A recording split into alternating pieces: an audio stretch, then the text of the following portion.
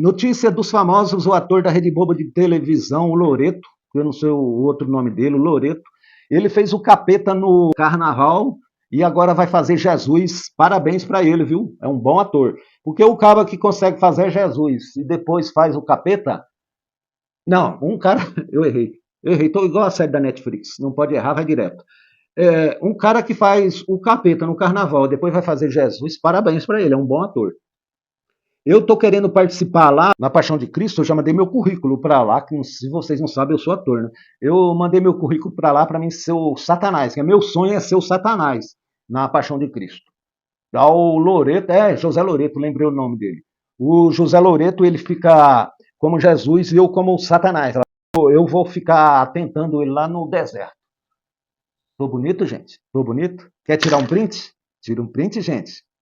Glória a Deus, Jesus. Perdoa José Loreto e eu.